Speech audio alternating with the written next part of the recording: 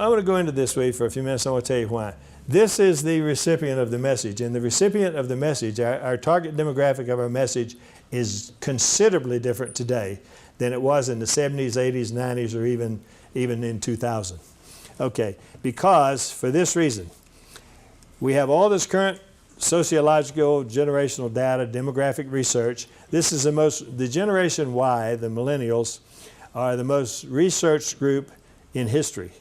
There's more data done on them than anybody in history. For one thing, we have a lot of forensic psychologists with nothing else to do. But so they've gone into this heavily. But look at this jury pool. Your jury pool, the boomers who awarded us big money in cases back when they were running things, 80 million of them. Those folks are almost all smart enough now to know how to get out of jury duty. Generation X were the tort reformers. These were the people who created, they lived with personal responsibility. Personal responsibility was their theme. The millennials, though, look at this, 75 million of them, and they now dominate our juries. In most jurisdictions, especially in college towns like Austin and places like that where you have large communities, they dominate the juries. And they're polar opposites. Now, who they are, the reason they call them millennials, they call themselves the millennials. They started out as Generation Y. They said, no, that we're not Generation Y, we're the millennials. The reason they call themselves that is because they graduated from high school in the year 2000. So they were born from 82 to 2002. They're the children of the boomers, and they're the siblings of the Gen Xers. They are, now notice this. This will tell you a story. 94% of them have cell phones, 76% have instant messaging, 92% multitask in messaging. What is that? It means that they're all interactive. They're all perpetually tied into technology, and they're all perpetually interactive. What they don't have is conversations with each other. They don't talk to each other. I have literally seen them sitting across the table texting each other. And I had a group in Vegas. There were a group of us, and we had about 10 of us had a cabana out by the pool in Vegas at a conference. And I saw these guys over here are texting and laughing, and these guys over here are texting and laughing. I finally figured out these guys are texting each other. And they're sitting this far apart. And I said, you guys realize you can hear each other, right? They don't care. I mean, they'd rather text than talk. That's the millennials. So the point is, you get a dominant group of millennials on your jury, and you put on oral testimony, and that's all you put on, or you don't engage them. You have to engage them. You have to involve them. You have to make them interactive. You have to be interactive with them. If you don't, you're not going to lose them. You're never going to get them. You'll never get on the same page with them. Now, let me tell you the good news about the millennials. They're the second largest population, 75 million. Here's how they self-identify. They're more liberal. They regard themselves as progressives. They're more Democrat than any generation before at their age. A lot of this has to do with Obama. A lot of these folks had a lot to do with Obama being president today, because he carried the millennials across the board. And he also carried, that's where his $50 fundraising came from. He had college students all over the country giving him $50 online and raised massive amounts of money. 50% of these folks are entering college. Now this is important for us to understand, because here's how we do reach them. They're accepting of authority. They are rules followers. And they're the most supervised generation in our history, and rules of the road are very important to them. So if you are trying a case to a group of millennials, rules, rules, rules, rules, rules. That's all they've known their whole life is rules. They follow rules, and they accept it. They're okay with it. So if you have a medical case where a doctor has broken the protocol, the doctor has broken the rule, then you want to, whatever it is, if it's a product liability with a design defect where they broke a rule of the, or whatever it is, manufacturing, whatever, You prove the rule. Now, I say prove the rule. I didn't say stand there and talk about the rule. I said prove the rule. You put the rule up. You put it up where they can look at it. I don't care if it's speeding 70 in a, excuse me, in a 55 mile an hour zone. You put up the rule on speed limits, and you establish the purpose of you establish the rule. You establish the purpose of the rule.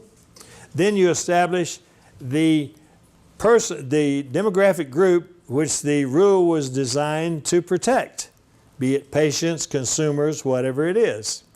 Then you establish that this doctor, this designer, this driver broke this rule and injured this party that this rule was designed to protect. Now, when you prove all that, then you go one step further. You prove how many different choices did this defendant have, how many different ways could they have done the same thing that would have avoided the tragedy? So you show the rule, and then you show he could have done this within the rule, he could have done this within the rule, he could have done this within the rule, he could have done all these things. And the more choices you can show that the defendant had to avoid the tragedy, then you start exacerbating damages. That's when they start, there's an effect that comes in there which causes them to, they take it out in damages. That if you've got it, now, if you get into a malpractice case, a medical negligence case, to prove that there was a rule, and that's the only, that this is the choice the doctor had that was right, then he's going to come in with 18 of his cohorts in the medical profession and say, no, there's another rule over here that's just as acceptable. So if it's a one-on-one thing, and he's got all the expert witnesses, so if you're in a medical negligence case particularly, you want to show as many different ways that the doctor could have done this diagnosis or test the different testing they could have done and all that sort of thing, as many different choices that the doctor had which would have avoided the tragedy. But if you've got a rules violator, they're all over it. They are, this is your group, because they are born and raised with rules. Now they self-identify. This is important for us as to how do they think of themselves. They self-identify. First of all, they have a positive attitude, which is true. They're very outgoing, positive as a general proposition, whereas the Gen Xers were sort of down on themselves because everybody else was down on them. They called them the Generation X because they had no identifying cohort that tied them all together. These folks have a lot of them, but they have a positive attitude. They're cooperative team players. They work together. They love to work together as teams. Why? Because their whole life is on teams. You know, when I was a kid, if we wanted to play football, we'd get the kid that owned the football and we'd go out on the field and we'd start tossing the ball around. Next thing you know, a few more would show up, a few more would show up. Next thing you know, we'd have a football game, just from the kids in the neighborhood. Now it's all Pony League, Pop Warner League. Everything is a league and everything is a rule. Everything, they have managers. They're supervised. They're supervised when they play, for God's sake. And then everybody gets a trophy.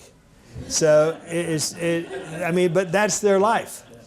Okay, so, but the result is that they like being in rules, and I mean being in teams, and they're cooperative team players. With that in mind, when you are trying a case involving Gen Xers and Gen Y, but especially the millennials, you want to watch how they congregate during the breaks. You see who's together in the halls.